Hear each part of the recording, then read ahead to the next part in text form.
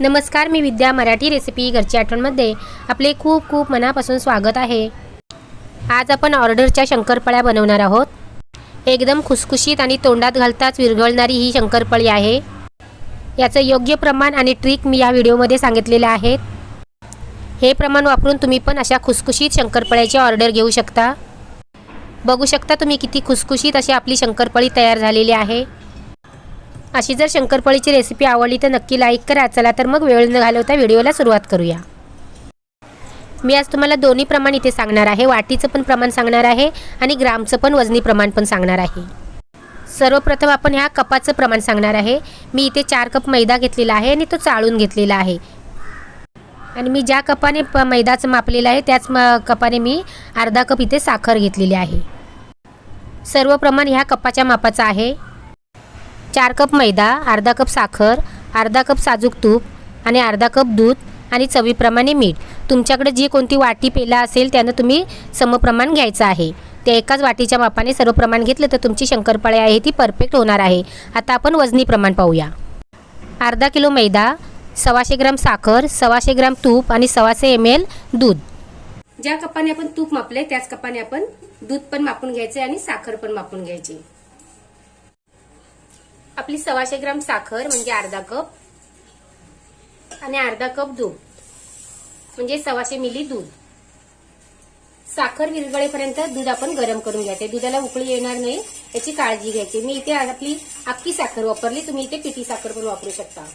तुम्ही दुधाऐवजी पाणी पण वापरू शकता. आपण दुधाने चांगली टेस्ट पण येते आणि खुसखुशीत पण होतात आणि खूप सुंदर असा त्याला कलर पण येतो. म्हणून मी इथे दुधाचा वापर केलेला आहे.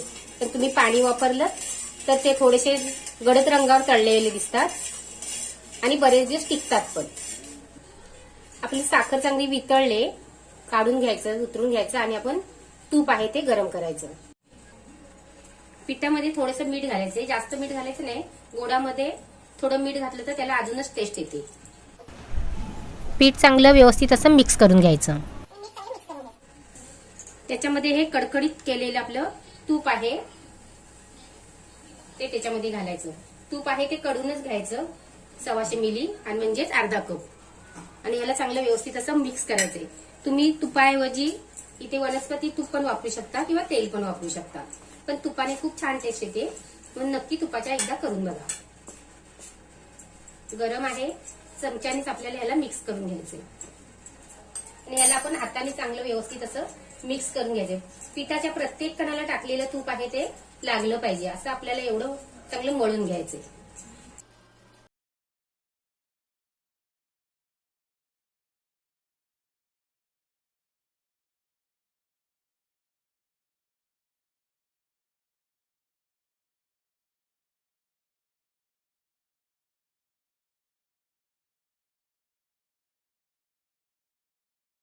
व्यवस्थित असं आपलं मळून घेतलेलं आहे. मी एक 5 ते 7 मिनिटं मिक्स करून घेतले. त्याच्यामध्ये आपण आता साखर आणि दूध गरम केलेलं आहे ते पूर्ण थंड झाल्याच्या नंतरच थोडं थोडं घालून आपण मिक्स करायचं. एकसाथ घालायचं नाही. जरी आपण प्रमाण घेतलं असलं तरी आपण एकसाथ घालायचं नाही. थोडं थोडं घालून मिक्स करणार आहोत आणि चांगलं पीठ आपल्याला मळून घ्यायचंय. आपल्याला पीठ मळायचंय हे घट्ट पीठ मळायचंय म्हणून एकसाथ पाणी घालायचं नाहीये.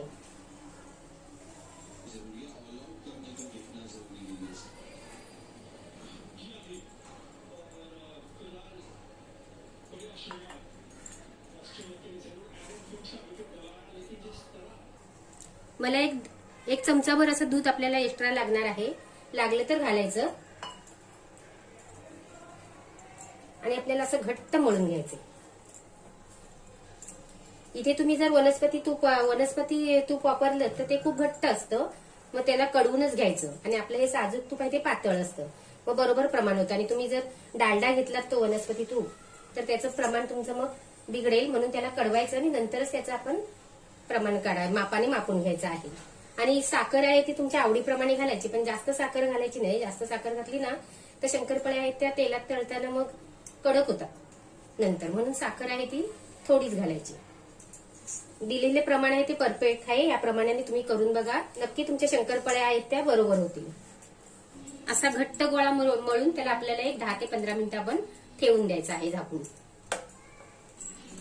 अर्ध्या तासानंतर या पिठाला आपण चांगलं असं ह्यात खलबत्त्याचा दांडा आहे त्यानं चांगलं चेचून घ्यायचं.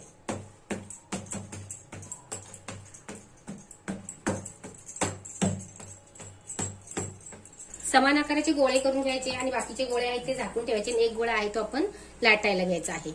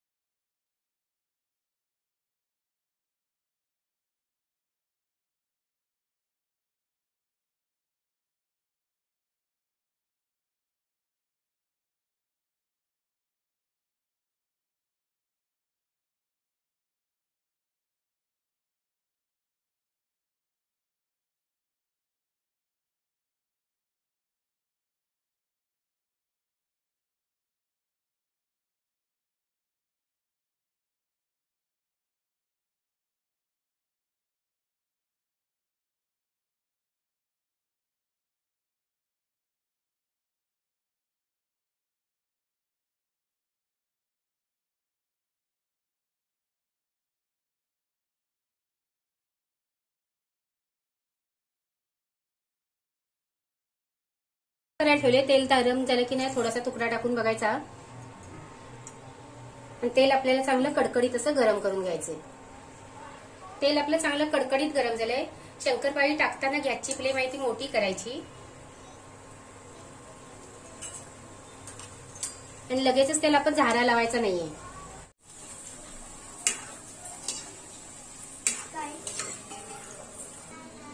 तुम्ही जर आता असं सतत मिक्स करत राहिले तर सगळ्या शंकरपाळ्यांना एकसारखा कलर येतो. बदामी रंगावर त्यांना आपण तळून घ्यायचं आहे आणि थोड्याशा तुम्हाला जरी त्यांचा कलर सफेद दिसला तरी नंतर काढल्याच्या नंतर पण थोड्या त्या डार्क होतात, म्हणून त्यांना थोड्या सफेद असतात तेव्हाच काढून घ्यायच्या. अशा प्रकारे आपण सर्व शंकरपाळ्या आहेत त्या करून घेणार आहोत. शंकरपाळी तेलात सोडताना गॅसची फ्लेम आहे ती मोठी करायची आणि नंतर मध्यम तो लो आचेवर ह्याला आपण बदामी कलरपर्यंत फ्राय करून घ्यायचे आहेत. अशा प्रकारे आपले सर्व शंकरपाळे करून झालेले आहेत. बघू शकता आहेत त्या.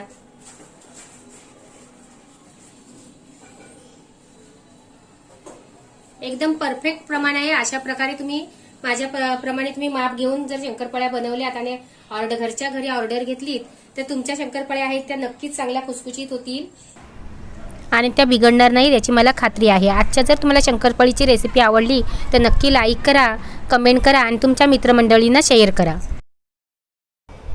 आणि तुम्ही जर चॅनलवर पहिल्यांदाच आला असाल तर चॅनलला सबस्क्राईब करा. सबस्क्राईब फ्रीमध्ये आहे आणि त्याच्या बाजूला बेलचं बटन आहे तर ऑलला सिलेक्ट करा, जेणेकरून मी नवीन व्हिडिओ अपलोड करेन त्याचं तुम्हाला नोटिफिकेशन येईल. वेळात वेळ काढून तुम्ही माझी रेसिपी बघता त्याबद्दल मी तुमचे मनापासून आभार मानते. थँक्यू.